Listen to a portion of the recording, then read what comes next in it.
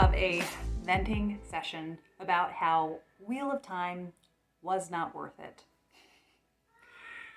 Wheel of Time was not worth it. And I feel so saddened to say those words. Let me just I meant to do this in advance, but I'm filming this kind of spontaneously when I had a moment I didn't know I was going to have. This many page numbers, that many page numbers that have been read through. And then some books I read physically, some books I read in audio or did a little bit of both. And so that is the total audiobook time that has been spent on this series. And I think much of this series was read in good faith and kind of just hoping that things might start to feel different, that things might start to feel more like a series I would be interested in reading. And part of this is due to the fact that my husband really kept encouraging me, Kate, it's really like there's so much payoff with the ending. And it's just, I know right now you're feeling like the pacing is slow. And basically books 1 through 5, I'd say I was fairly committed, really enjoying those. And then that's when things really start to go downhill. And so this project was started over 5 years ago. Or I guess it was over 5 years ago. I'm trying to think about the timing, and I think it was 2015. That's when I started it. And that's a lie. I'm sorry. I started them in 2014.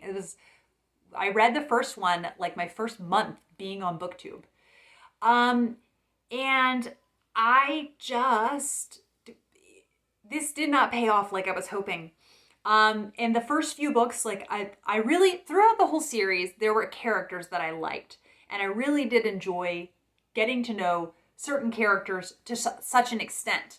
But it was the plotting choices and just the way there was so much superfluous detail, honestly. And a lot of times where the plot felt really stagnant. In books 6, 7, 8, 9, 10. This is a 14-book series, And now I've said to some friends, like on Zoom calls and different things, it feels like a terrible ex that I have. And like whenever I think about the fact that I read that series, whenever it's referenced, I get so annoyed because I put in so much time and I had so many hopes and dreams for this series. This whole video will be spoiler free, so never fear.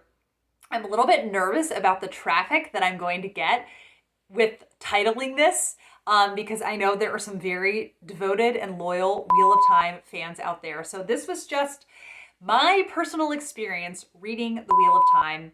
And now I'm extra sad too because I went ahead and I finished the series because I was so excited about the Amazon Prime TV series that was coming out and actually really enjoyed it, which I know it was not really a hit with all Wheel of Time fans, but I watched it with my husband and we both really enjoyed it. I was like, great, that's going to be this fun thing that we have that we can do each fall, or I don't know if it would come out every year, but we could just anticipate the seasons coming out.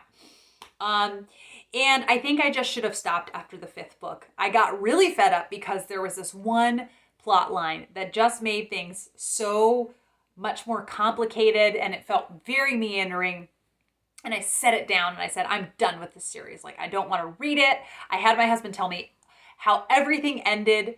And then it's weird because he told me that and I just forgot all that. Like a couple years later, finally, I'd had a break long enough. I thought, you know what? I'm going to pick back up with this series and be committed. And so I kept saying to him, I don't know, like this is very plotting. And I don't know if this is going to feel like I'm satisfied. And he kept being like, no, you just have to keep reading. You have to keep reading.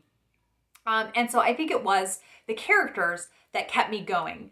The female characters in this series are really awesome. And that was a nice contrast, I felt like, as opposed to The Lord of the Rings, which really, there's barely any female characters and they do not get, much screen time to speak of.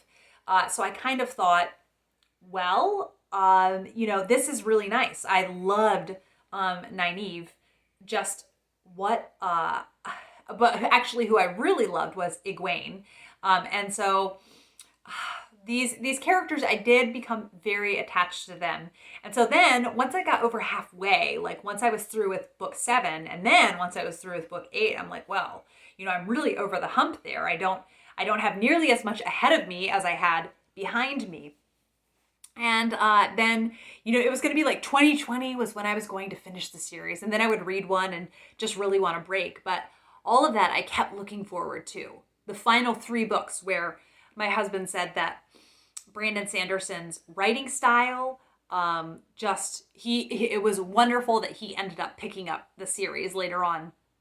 So he picks up the series, and the first one that Brandon Sanderson wrote, the first 2 actually, I really enjoyed those. Those ones were thrilling, and I was like, okay, this is where it's going to get good. I'm so excited. I'm going to have all the questions answered, all the, loose ends tied up in a nice little bow. And I was like, we're going to get this huge time we're going to get to spend with all the characters after all of the everything has been wrapped up, and we're just going to get to have happy times, like all of the long epilogues in the Lord of the Rings films, or, at the end of the Return of the King, how you have like 20 minutes worth of epilogue.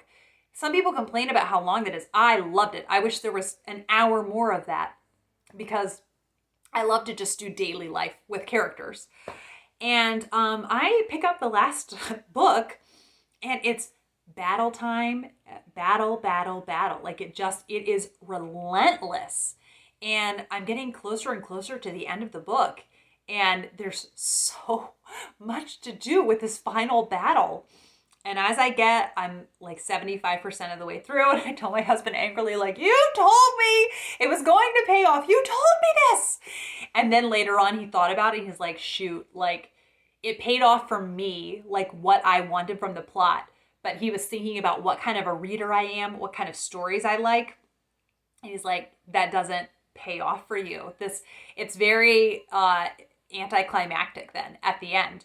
And also, I have to say, what made it really, really troubling to me is that the end spat in the face of truth, goodness, and beauty, and the moral ambiguity, the grayness, tainted the entire series for me then.